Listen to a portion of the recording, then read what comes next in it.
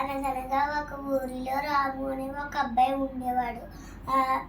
రాము క్లాస్‌లో అందరికన్నా అల్లరిగా ఉండేవాడు. ఎవరు చెప్పినా వినేవాడు కాదు.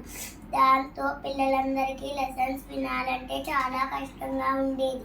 మాస్టారు ఎన్నిసార్లు చెప్పి చూసినా కానీ ప్రయత్నం లేకపోయింది. ఒకరోజు మాస్టర్ రాముని కొట్టకుండా మార్పు తీసుకురావాలని నిశ్చయించుకున్నాడు. రోజు మాస్టర్ పిల్లలందరికీ ఎగ్జామ్ రాస్తే ఒక ప్రైజ్ ఇస్తానని చెప్పారు.